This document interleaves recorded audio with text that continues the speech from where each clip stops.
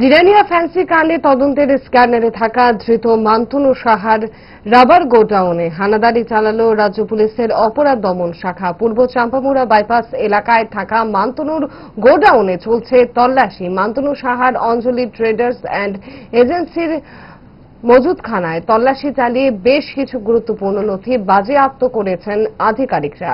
এজেন্সিতে থাকা CCTV footage খতিয়ে দেখার পাশাপাশি নথি যাচাই পরীক্ষার কাজ চলছে বাহিনীর আধিকারিকদের তত্ত্বাবধানে। প্রসঙ্গত, জিরানিয়া ফেন্সি কাণ্ডে তদন্তের দায়বদ্ধে রয়েছেন রাজ্য পুলিশের অপরাধ দমন শাখা।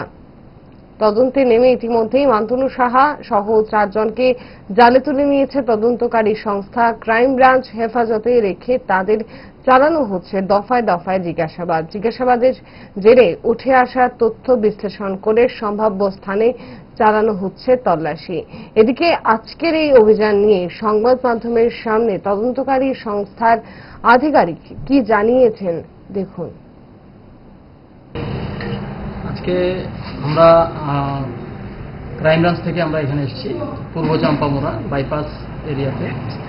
এখানে আপনারা সবাই জানেন জিআরপিপিএস কেস নাম্বার 104 যে জিরানিয়া কাণ্ডে জিরানিয়াতে যে স্কাপ উদ্ধার হয়েছে, এই কেস মূলে আমরা বিভিন্ন জায়গাতে ইনভেস্টিগেশন করছি।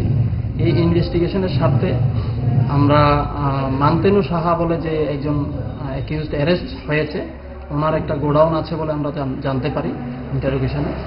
তো আমরা আজকে ওনার যে গোডাউন এখানে অঞ্জলি ট্রেডার্স এজেন্সি, এই গোডাউনে আমরা রেড করতে এসেছি। এখন আমাদের রেড জারি আছে। প্রয়োজনীয় কাগজপত্র যেগুলি পাওয়া যায় আমরা ইনভেস্টিগেশন সাথে নিয়ে যাই। এখন অবধি কি কিছু সিজ করেছেন? আমরা এখান থেকে কিছু ডকুমেন্টস আমরা সিজ করেছি এবং এখানে যে সিসি ক্যামেরা আছে, ডিভিআর, এগুলি আমরা নিয়ে যাব ইনভেস্টিগেশনের সাথে।